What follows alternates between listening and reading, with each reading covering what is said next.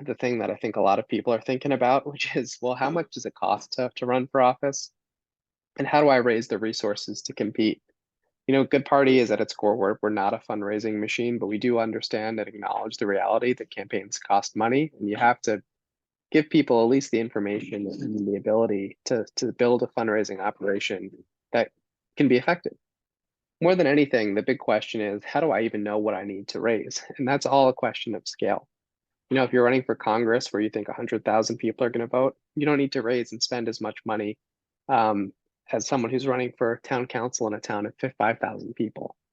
Then there are best practices that go into raising and spending. And the first and the easiest best practice is just get comfortable asking people. Start with friends and start with family and make very specific asks, right?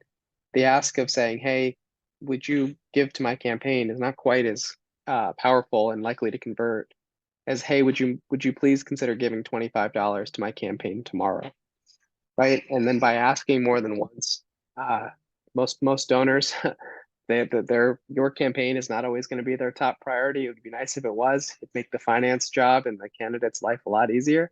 But more often than not, you have to ask people more than once to be able to ultimately convert them into donors.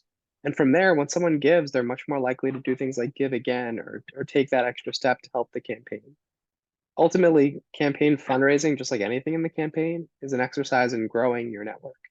So by starting with the people who want to see you succeed, you can make asks like, "Hey, can you bring 5 new people to your house and give me an opportunity to meet them, or organize a coffee, or give me even in the name of a couple of people that I can call and ask, or organize an event, or help even me produce some online content that'll help me engage people online or share my stuff online so that I can raise donors that way." All of that is part of the process. It takes some time to kind of get over a very reasonable discomfort that goes into running for office. So more than anything, we encourage people not to get discouraged. Take the time, get disciplined, and to really get comfortable just by starting with the low-hanging fruit in your network. And quickly on spending, right? The note for campaign spending, the goal for every campaign ultimately is to end with as close to $0 in the bank as you possibly can. And what I mean when I say that is not to bankrupt your campaign, but to understand that every dollar that's left over in the bank after election day is a dollar that wasn't spent on voter contact, right? The idea is that you spend money late. You want to make sure that in October and September of an election year, that's where the funds are going, and they're going specifically to things that get you in front of voters. There are plenty of other legitimate ways to spend money, whether it's on fundraising or staff or travel. But the idea is to backload a campaign to make sure that you're able to spend it when you need it late in an election.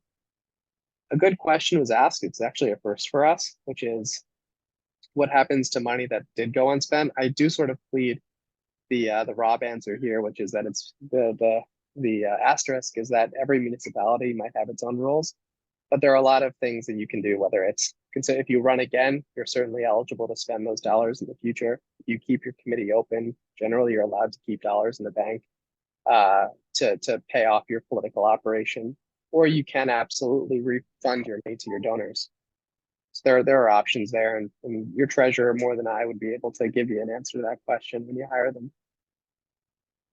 Okay, so we're nearing the end of our presentation, and at this point, many of you may actually say, "Hey, I think I can do this."